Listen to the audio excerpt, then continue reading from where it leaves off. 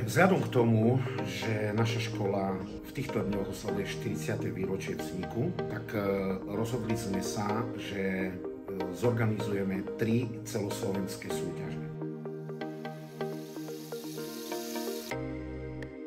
Tieto 3 súťaže sú celoslovenské, pretože sú tu firmy v podstate z celého Slovenska. Ak by som to mal zrátať dohromady, je tu 21 stredných škôl na každej jednej tejto súťaži, možno viac.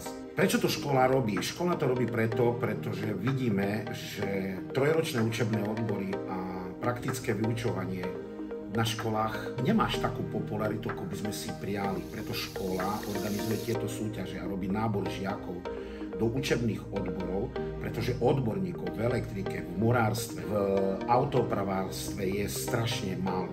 A proste trh potrebuje takýchto profesionálnych opravárov a profesionálnych majstrov.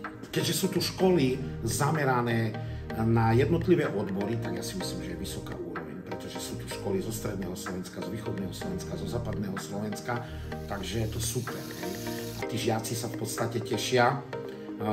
Je málo takýchto súťaží na Slovensku a proste takýmito súťažami sa žiaci zoceľujú a robia pod stresom tak, jak vo firmách. Že on musí rozmýšľať, on musí proste naprojektovať si takúto tabuľu, musí to urobiť, aby mu to všetko fungovalo. Čo sa týka elektrikárov a murári, videli ste, robia stenu, zasadzujú okna a musí to byť robota špecifická a viete, dneska je dôležité, aby bola presná. Tak hodnotí sa všetko, takže ja si myslím, že je to na veľmi vysokej úrovni.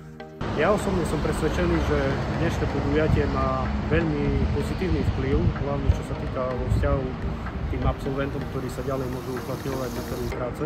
A v dnešnej dobe bádať práve záujem o takéto profesie, či už formou kaderníka, barbera, alebo aj tej stavebnej činnosti samotných elektrikárov alebo stavbárov. Chcel by som ešte poukázať na skutočnosť, že práve dnešným dňom sa spúšťa projekt cez úrady práce právo na prvé zamestnanie, ktoré môžu každý jeden uchádzač o zamestnanie, ktorý je v evidencii, požiadať o príspevok, respektíve prostredníctvom zamestnávateľa, ktorý bude podporovaný v rámci 6 mesiacov, s tým, že samozrejme, že sa zaviaže ďalších 6 mesiacov držať toto pracovné.